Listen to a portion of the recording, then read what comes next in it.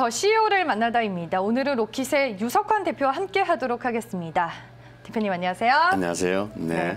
로킷은 이제 데스크톱 3D 프린팅 이제 전문 기업으로 알려져 있습니다. 최근에 이제 뭐 3D 프린팅 산업 같은 경우에는 점차 이제 활로를 넓혀가고 있는 상황이고 다양한 분야로 이제 또 진출을 하고 있고 그와 더불어서 이제 창조 경제의 핵심 산업으로도 또 꼽히고 있는데요. 대표님께서 직접 기업에 대해서 소개를 해주시죠. 네. 로킷은 실수로 만들어진 회사고요. 원래 제가 대우에 좀 있다가 타이코라는 회사에 있다가 그다음에 이제 셀트리온에서 사장을 하다가 은퇴를 했다가 하도 대학에서 강의를 좀 했었습니다. 그런데 하도 이 젊은 친구들이 취업이 안 돼가지고 이거 하나 하면은 좀 일자리가 늘어나겠다 해서 만든 2012년에 만든 회사였고요.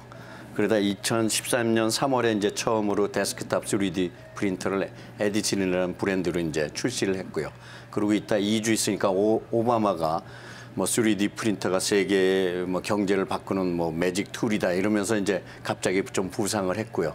현재는 한 30개국 정도의 수출을 조그마지만 하고 있고요. 현재 저희 개인적인 목표는 2017년에 데스크탑 분야에서 한번 세계 1등을 해보자 하는 목표를 가지고 현재 운행을 하고 있습니다. 네, 이제 3D 프린팅 산업, 최근에 이제 각광받고 있는 산업 중 하나입니다. 3D 프린팅에 대한 정확한 개념과 함께 종류는 또 어떤 것들이 있는지 또 정리를 해주시죠. 네, 3D 프린터는 여태까지 이제 컴퓨터에서 이제 많은 것들이 이루어졌습니다. 그래서 컴퓨터에서 3D 디자인이라는 게 있고요. 그래서 다 보시면 알지만 버추얼 리얼리티라 해서 이제 그런 것들이 있고 그것을 한 층 한 층 이 슬라이싱을 해줍니다. 그래서 뭐 0.1mm 두께로 자르든 0.2mm 자르든 이 디자인 파일을 잘라서 그것을 한 층 한 층 층별로 쌓는 생산 방식이 이제 3D 프린터라고 말씀드릴 수가 있고요.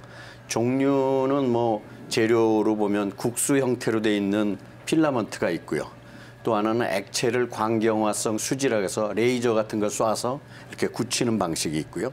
또 하나는 이런 가루가 있는데 거기에 풀이나 레이저로 쏴서 녹여서 그 가루를 굳히는 방식 이런 식으로 종류 자체는 굉장히 다양한 형태가 되겠습니다. 네, 그 개념과 함께 이 종류에 대해서 설명을 해주셨고요. 저희가 직접 스튜디오에 이제 3D 프린터기를 가지고 와서 현재 작업을 진행 중입니다. 앞서서 이제 화면을 보셨을 텐데 저희가 방송 시작과 함께 이제 작업을 진행을 했는데 현재 좀 많이 만들어진 상황이고요. 지금 뭐 그림으로 봐서는 벌집 모양의 이제 제품이 만들어지고 있는 상황입니다.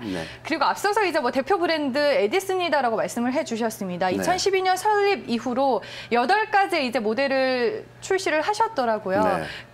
그에 따른 소개와 함께 이제 로킷 제품만의 경쟁력 어떤 점들을 갖추고 있는지 궁금합니다. 네, 3D 프린터는 굉장히 그 어플리케이션 분야가 굉장히 다양합니다. 그러다 보니까 소재의 다양성이 이제 굉장히 중요하기 때문에 저희 제품은 한 가지 3D 프린터를 가지고 여기에 이제 여러 가지 노즐이나 이런 걸 좀 바꾸면 50여 가지의 제품을 만들 수 있는 다양한 소재를 만들 수 있다는 게 하나의 특징이고요. 그다음에 속도, 빠른 속도와 이제 정밀도 이런 부분들이 이제 다른 제품과 달리 이제 좀 특이한 점이라고 말씀드릴 수가 있고요. 그다음에 8가지 이유는 어떤 사람은 큰 거를 만들고 싶어하고 어떤 사람은 작은 걸 만들고 싶어하기 때문에 원스톱 쇼핑이 가능하도록 여러 가지 폭넓은 제품들을 저희가 이제 제공을 하고 있고요. 어차피 앞으로 모든 벤처는 글로벌 시장을 놓고 가야 되기 때문에 한국 시장의 인증뿐만 아니라 예를 들면 유럽 인증이라든가 미국 인증이라든가 이러한 인증을 다 갖춘 제품이라고 말씀드릴 수가 있겠습니다. 네, 알겠습니다. 이제 최근에 이제 뭐 플라스틱 조형물만을 생산해내다가 최근에 이제 그 범위가 점차 확대되고 있는 상황입니다. 우리 생활에 현재 이제 어떤 부분에 3D 프린팅이 활용이 되고 있고 앞으로는 어떤 분야까지 이제 적용이 가능할까요? 개념적으로는 모든 분야가 되겠습니다. 그래서 가장 큰 핵심은 여태까지는 대량 생산, 대량 소비. 그래서 옷도 옛날에는 30년 전, 50년 전에는 맞춤복을 했는데 요새는 다 기성복을 하지 않습니까? 근데 기성복을 하다 보니까 이 돈이 안 났고 그래서 거꾸로 3D 프린터는 기성복, 맞춤 생산을 할 수 있는 툴입니다. 그러다 보니까 그 맞춤 생산의 수요가 이제 전 분야에서 늘어나고요. 그래서 가장 맞춤 생산에 맞는 이 물체가 사람의 몸입니다. 그래서 바이오나 의료 쪽으로도 3D 프린터가 전개가 되겠고요. 그다음에 항공 같은 것들도 이제 소량 다품종이기 때문에 항공 분야, 심지어는 음식, 그다음 뭐 자동차, 전자 이런 분야들은 전 세계적으로 이제 퍼져나가고 있고요. 단 대륙별로 무엇이 중점되느냐가 달라지기 때문에 그러한 그 대륙별로나 지역별로의 차이는 좀 있지 않을까 이렇게 생각을 합니다. 뭐 차이는 있겠지만 앞으로 모든 분야가 가능하다라고 말씀을 해주셨습니다. 네. 바이오, 자동차, 패션, 항공 등등에서 이제 적용이 가능하다라고 말씀을 해주셨고요. 올해 이제 1월 초에 미국에서 열렸던 CES 2015에서도 네. 3D 프린팅이 곽강을 받았습니다. 네. 대기업뿐만 아니라 이제 많은 중소기업들도 참가를 했는데 대표님께서도 직접 다녀오셨겠네요. 네, 네. 갔다 왔습니다. 현장에서 보니까 분위기가 어떻던가요? 작년에도 한번 갔었고요. 네. 올해 가보니까 미국은 이제 3D 프린터가 생활 속으로 들어가기 시작하는구나. 그래서 작년에는 전시업체가 한 4-5개 였는데 이제는 한 20여 개로 이제 굉장히 전시업체가 늘어났고 오는 사람 그 3D 프린팅 전시관 자체가 따로 만들어졌습니다.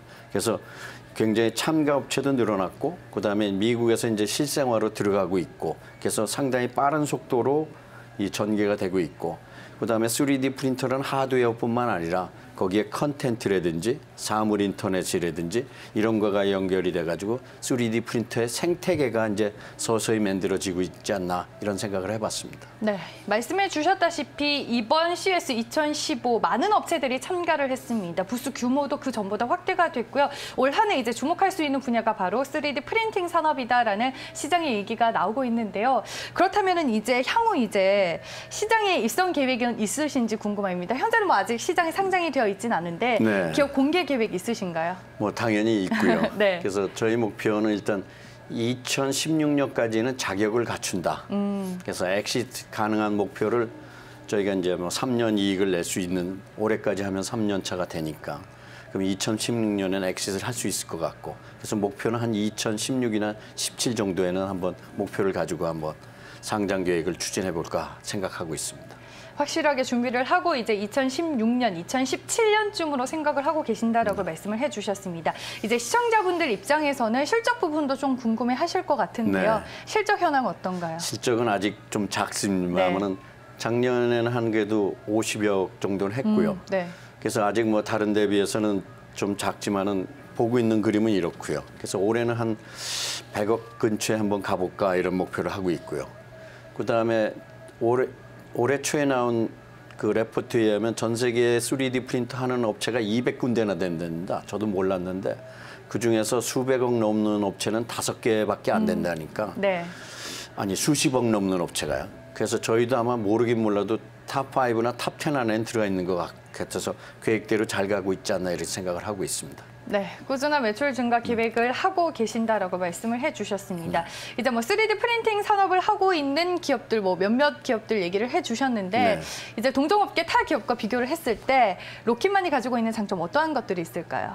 기본적으로 제 생각엔 3D 프린터도 글로벌라이즈 돼야 된다. 그래서 처음부터 저희는 한국 인증, 그다음에 유럽 인증, FCC 인증, 그래서 다 그런 인증을 갖춰서 나름대로 세계 스탠다드에 맞는 제품을 낸다는 부분이 조금 다 차별화가 됐고요. 네. 그다음에 개발도상국에서는 차 하나 사면 여러 가지 멀티퍼포즈 비클처럼 다용도로 써야 되기 때문에 다양한 소재 이런 부분에 대해서 저희가 굉장히 신경을 많이 써서 하나의 저기 있는 프린터를 가지고도 메탈 페이스트서부터 플라스틱, 세라믹 뭐 여러 가지 용도를 만들고 있고요. 그다음에 요번에 얼마 전에 이제 초코 3D 프린터도 만들었고요. 네. 그다음에 이제 플라스틱이지만 엔지니어링 플라스틱이어가지고 알루미늄의 인장 강도의 1.5배.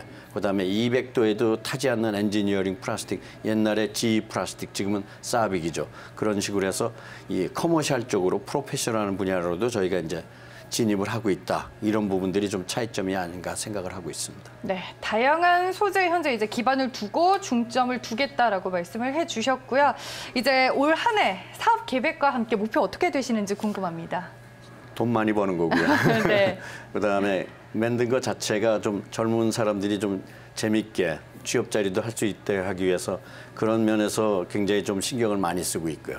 그래서 올해는 하나의 크게 봐서는 생태계를 구축하는데 여태까지는 3D 프린터라는 하드웨어를 만들었지만 이제는 이제 저희가 이제 다음 달 정도 되면 사물 인터넷하고 연결이 돼서 모바일 폰으로 직접 출력이 된다든가 그다음에 컨텐츠 자체도 원래 디자이너들이 좀 그 자기 디자인을 팔고 사면서 좀 그 돈을 벌 수 있는 그런 생태계를 좀 마련해 주는데 2015년에는 좀 중점을 두고 있습니다. 네, 알겠습니다. 이제 마지막으로 시청자분들께 한 말씀 해주시죠.